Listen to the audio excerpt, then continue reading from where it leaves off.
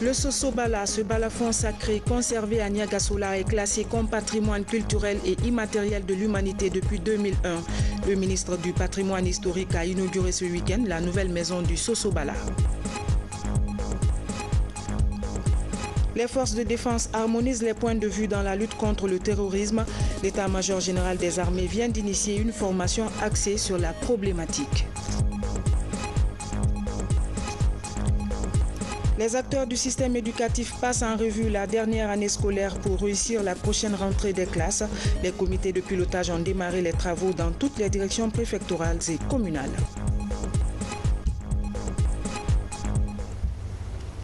Mesdames et messieurs, bonsoir. Nous entamons cette édition par une page d'histoire, celle du Sosobala. Ce balafon sacré conservé dans le village de Niagasola dans Sigiri. D'après la tradition orale mandingue, cet instrument daterait au moins du début du XIIIe siècle et aurait été la propriété du roi du Soso, Soumaoro Kanté. En 2001, le Sosobala est classé comme patrimoine culturel immatériel de l'humanité. Ce week-end, le ministre Sanusi Gbantamasso a inauguré le nouvel abri du Sosobala et a annoncé de nouvelles mesures de valorisation du patrimoine historique. Reportage Diamo Kabar. De Sigiri, 135 km pour rallier Niagasola, le royaume de Sosobala. Après plusieurs années au fond d'une case, le vieux balafon de Soumanguru Kanté a désormais une nouvelle maison. Sur une superficie de 330 mètres carrés, cet édifice est composé de 3 compartiments. Une salle de conférence, une bibliothèque et l'abri du balafon. Vieux de plus de 8 siècles, ce patrimoine culturel de l'UNESCO est protégé par la famille d'Okala.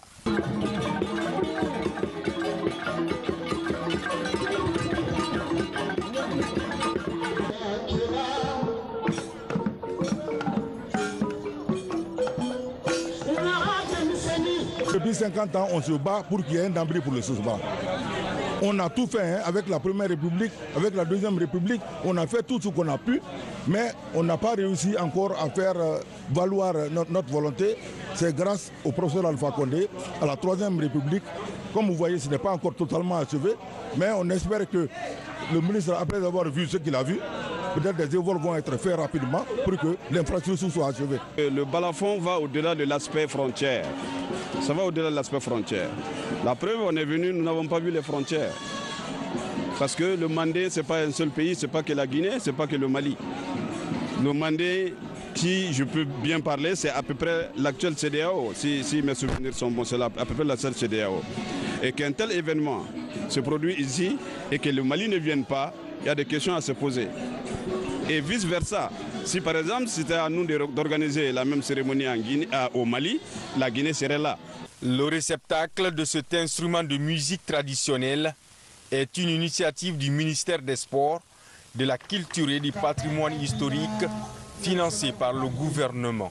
L'ambition, faire de cette cité historique un pôle d'attraction touristique et culturelle.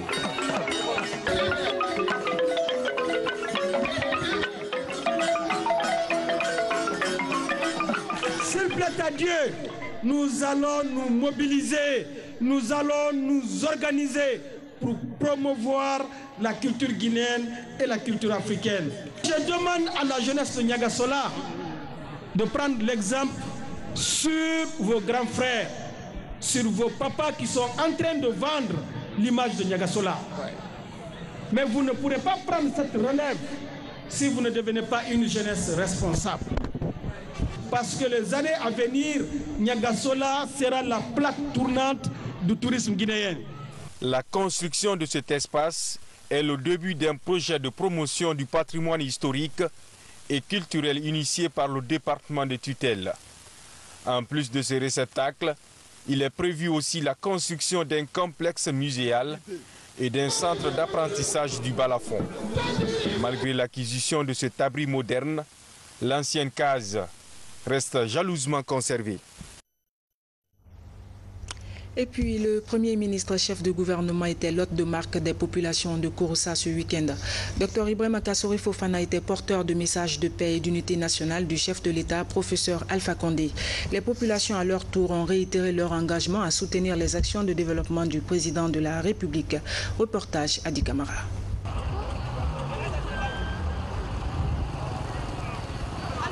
Nous sommes à Kouroussa, capitale de Amana, située à 580 km de Conakry, ville natale de Kamaralai. Ici, les populations soutiennent indéfectiblement les actions de développement du professeur Alpha Condé, d'où cette puissante mobilisation des populations venues de Banfele, de Douako, Sangiana, Baro et Koumana.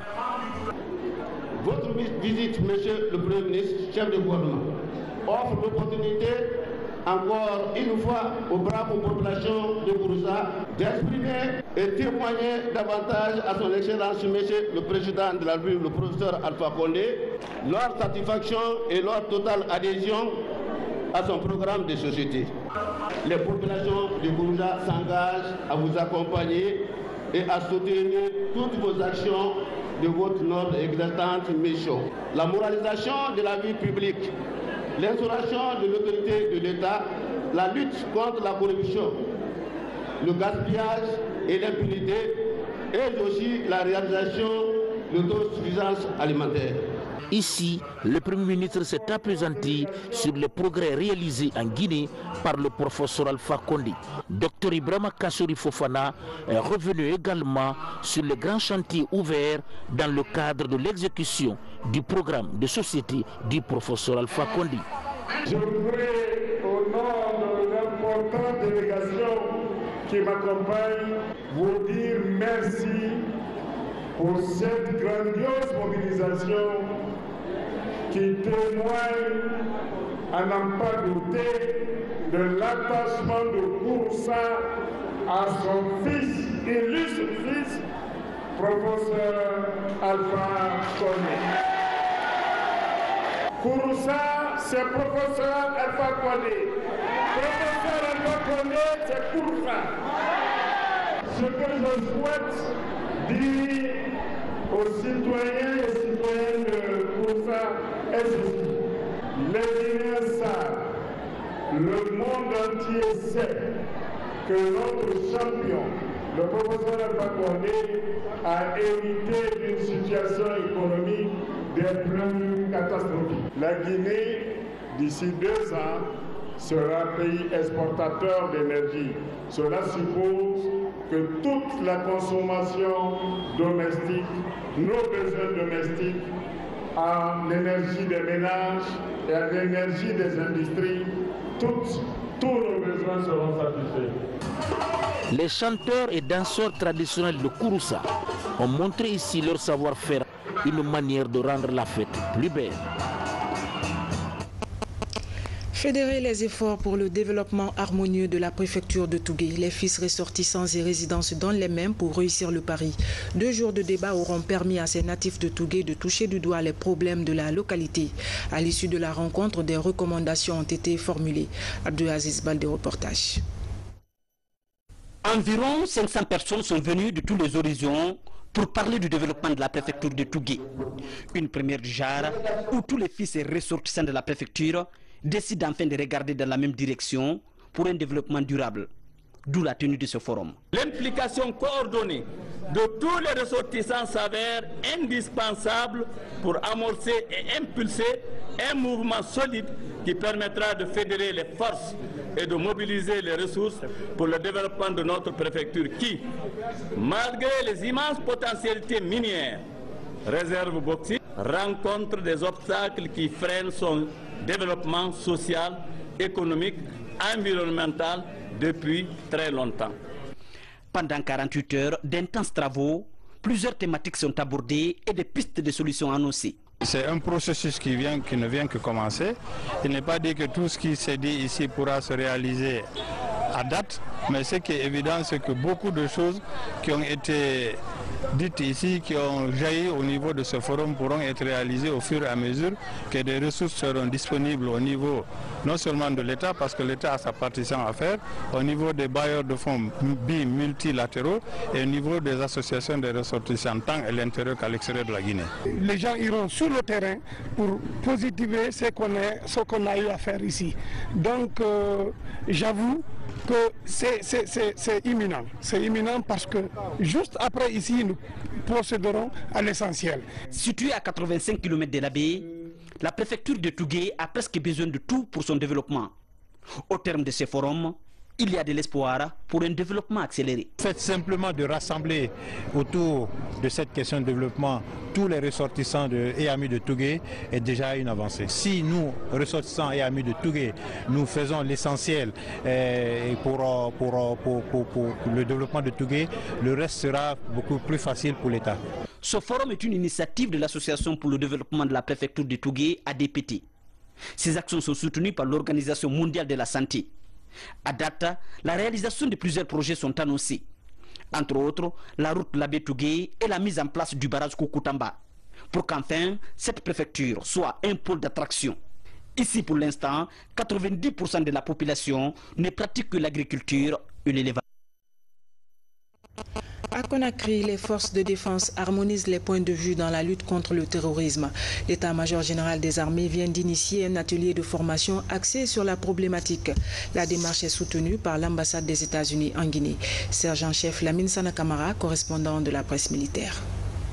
Le terrorisme est un phénomène d'insécurité qui menace tous les pays du monde. Pour lutter efficacement contre ce fléau mondial, la mise en place des stratégies s'avère nécessaire. C'est dans cette optique que l'ambassade des États-Unis d'Amérique a initié un atelier de renforcement des capacités des acteurs concernés par la sécurité de notre pays. Plusieurs thématiques seront abordées au cours de cette rencontre. Traitera des thèmes sur l'analyse et la lutte contre le terrorisme, lien entre terrorisme et criminalité, les causes profondes du terrorisme, la motivation du terrorisme, les éléments du pouvoir national, les zones sous-gouvernées et les refuges, la protection des infrastructures critiques, la réflexion stratégique, la radicalisation et la déradicalisation des jeunes dans les groupes extrémistes, le renseignement et le partage de l'information.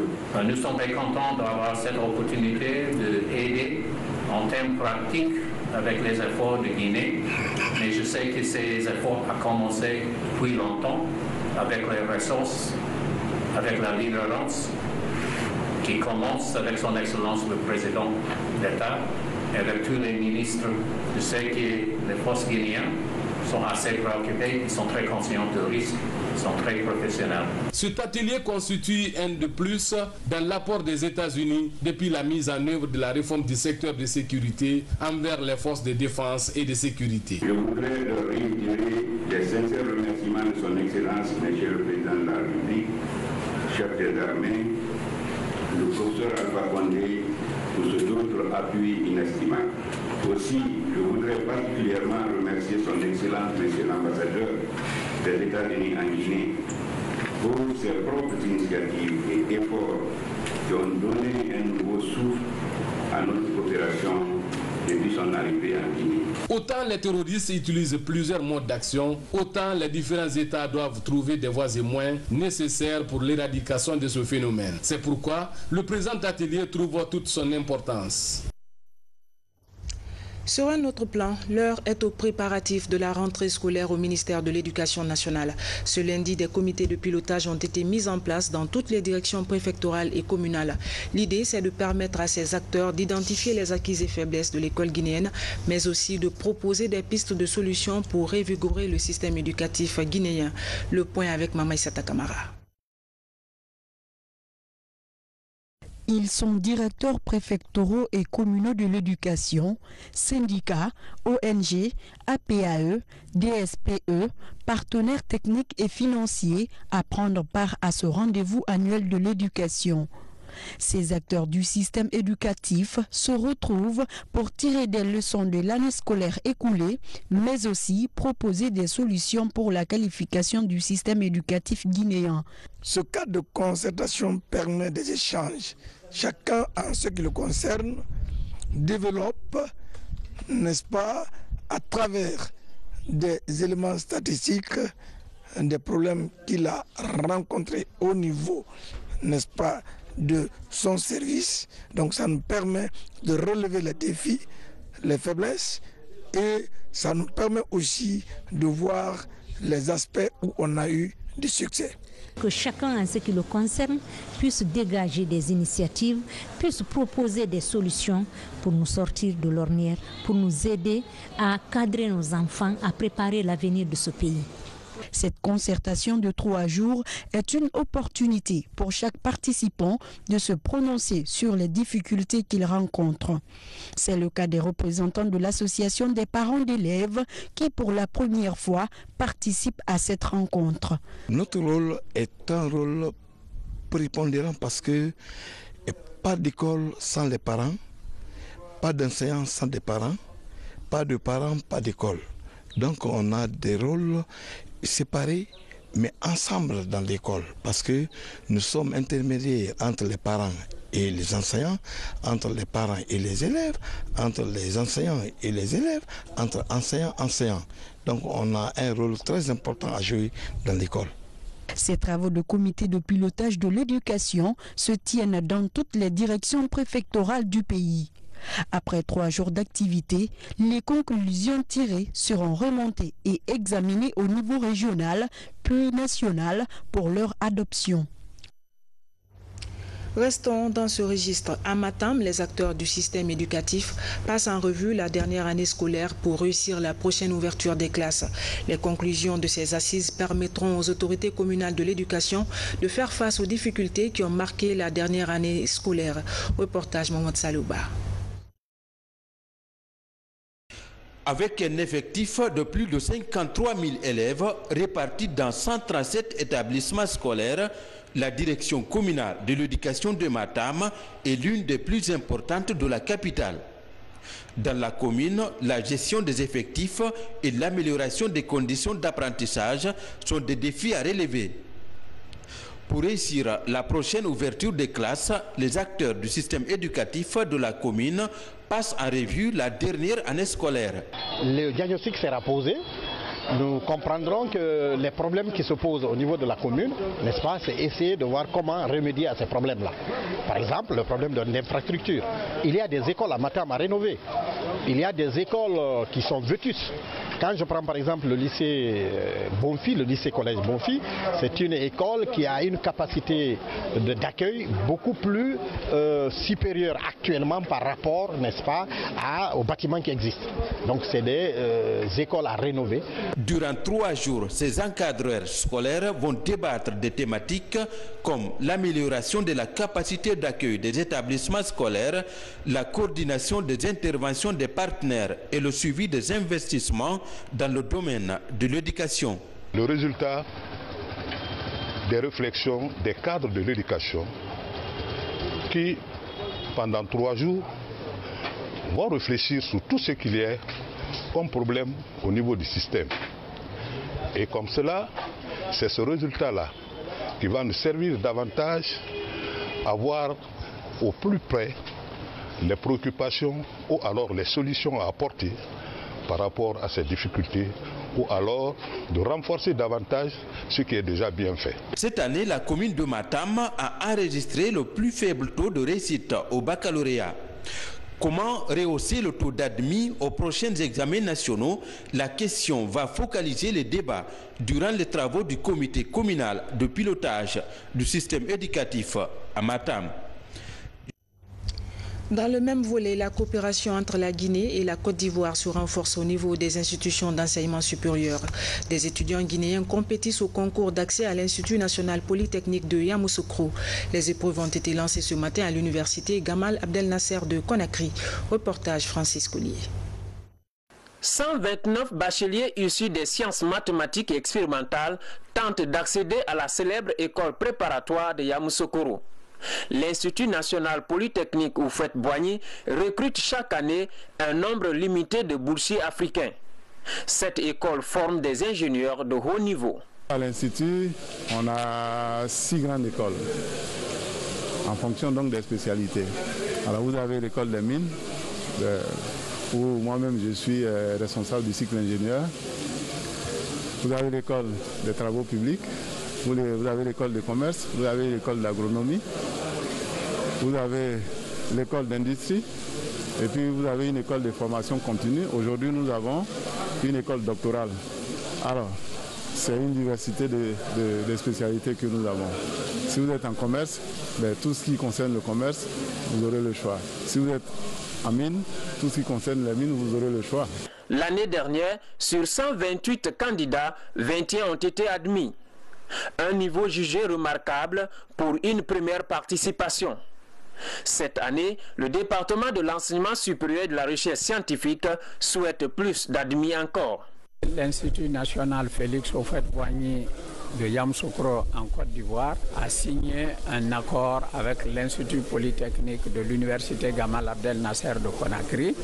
Et c'est ce qui fait que nous organisons ce concours pour la deuxième année consécutive. C'est pour les bacheliers ayant obtenu le baccalauréat avec une moyenne supérieure ou égale à 12. Les admis à ce concours peuvent accéder aux écoles polytechniques de Rabat ou de Paris après 2 à 3 ans de formation à l'Institut national polytechnique de Yamoussoukro. Il en sera ainsi jusqu'à ce que la Guinée ait sa propre école préparatoire pour la formation des ingénieurs de haut rang. L'actualité internationale reste dominée par l'investiture du tout nouveau président du Zimbabwe, Emmerson Mnangagwa. Le nouvel élu tend la main à ses compatriotes et promet de préserver la paix et de redresser l'économie du pays. D'autres nouvelles viendront compléter cette actualité sous forme de télégramme commenté par Valérie Talimanet. En Irlande, le souverain pontife, le pape François, a demandé pardon à Dieu pour les agressions sexuelles commises dans ce pays par des prêtres catholiques au 2e jour de sa visite le 26 août. 2 personnes tuées et 11 blessés à Jacksonville en Floride hier dimanche. L'incident est survenu lorsqu'un homme de 24 ans a ouvert le feu lors d'un tournoi de jeux vidéo avant de se donner la mort. Pour l'heure, les causes qui pourraient constituer ces motivations ne sont pas encore connues. Le flux des migrants vénézuéliens s'est réduit dimanche à la frontière entre l'Équateur et le Pérou. La réduction de l'entrée des migrants au Pérou est la conséquence du durcissement de ton par les autorités de ce pays qui exigent la présentation d'un passeport avant tout accès dans le territoire. Emmerson Mnangagwa a prêté serment dimanche. Le nouveau président du Zimbabwe a appelé ses compatriotes à tourner la page des élections, jugées frauduleuses par l'opposition, et à se mettre au travail pour redresser tous ensemble l'économie du pays en ruine.